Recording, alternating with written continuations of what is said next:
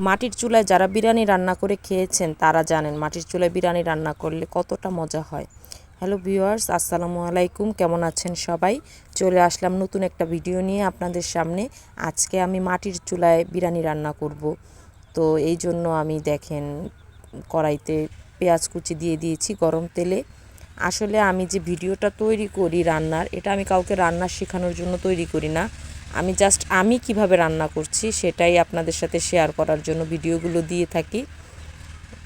এই যে এখন আমি দিয়ে দিচ্ছি হচ্ছে কাঁচামরিচ ফালি করা, দিয়ে ভালো করে একদম লাল লাল করে ভেজে নেব মরিচ আর পেঁয়াজগুলোকে।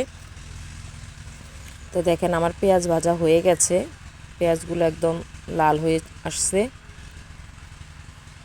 এই পর্যায়ে আমি মেরিনেট করা মুরগির মাংস, এখানে 500 গ্রাম মুরগির মাংস আমি মেরিনেট করে রেখেছিলাম সব ধরনের মশলা দিয়ে, একদম পরিমাণ মতো সব কিছু দিয়ে প্রায় 1 ঘন্টা আমি মেরিনেট করে রেখেছিলাম। সেই মাংসগুলো এখন দিয়ে দিচ্ছি। মাংসগুলো ভালো করে কষিয়ে নিতে হবে।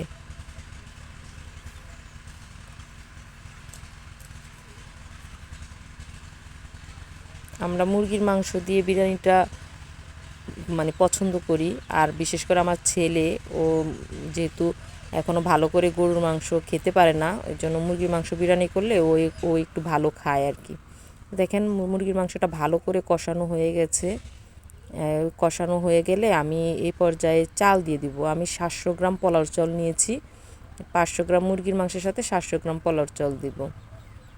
এই যেখানে নিয়েছি একদম পরিষ্কার করে ধুয়ে নিয়েছি।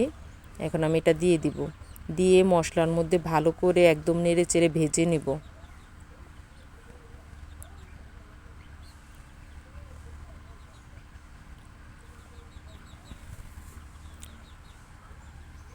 একদম আঠালো আঠালো হয়ে গেছিলো মাংসটা, মানে চালগুলো নাড়তেও একটু কষ্ট হচ্ছিল। খুব ভালো করে ভেজে নিতে হবে, নয়তো মানে একটা যে সফটনেস ভাব এটা আসবে না, আপনার ঝরঝরে হবে না আর কি, আঠালো আঠালো হয়ে যাবে। এজন্য চালটাকে ভালো করে মশলার মধ্যে ভেজে নিতে হবে। তো আমার ভাজা হয়ে গেছে। এখন আমি এখানে পরিমাণ মতো পানি দিয়ে দিব।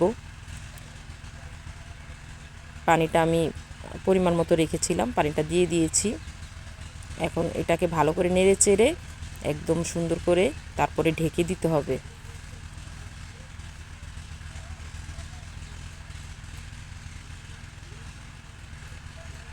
তো আমার ভালো করে একদম নাড়াচাড়া হয়ে গেছে, এখন আমি ঢেকে দিব।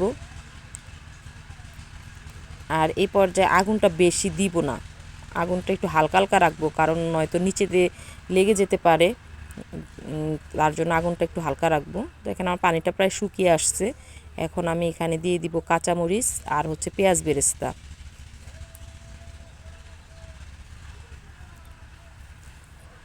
তারপরে আবার দমে রেখে দিব ভালো করে ফুটার জন্য এবং ঝরঝরে হওয়ার জন্য। এখন আমি চুলায় কোনো আগুন দিব না। এই তো দেখেন আমার বিরিয়ানিটা হয়ে গেছে, কত সুন্দর হয়েছে। আপনাদের দেখাচ্ছি কতটা ঝরঝরে হয়েছে। এই যে দেখেন আমার এই মাটির চুলায় বিরিয়ানি রান্নাটা আপনাদের কেমন লাগছে অবশ্যই লাইক কমেন্টস করে জানাবেন, আর ভালো লাগলে বেশি বেশি করে শেয়ার করবেন। আপনাদের সাপোর্টে ইনশাল্লাহ এগিয়ে যাব। দেখছেন বিরিয়ানিটা কত সুন্দর ঝরঝরে হয়েছে।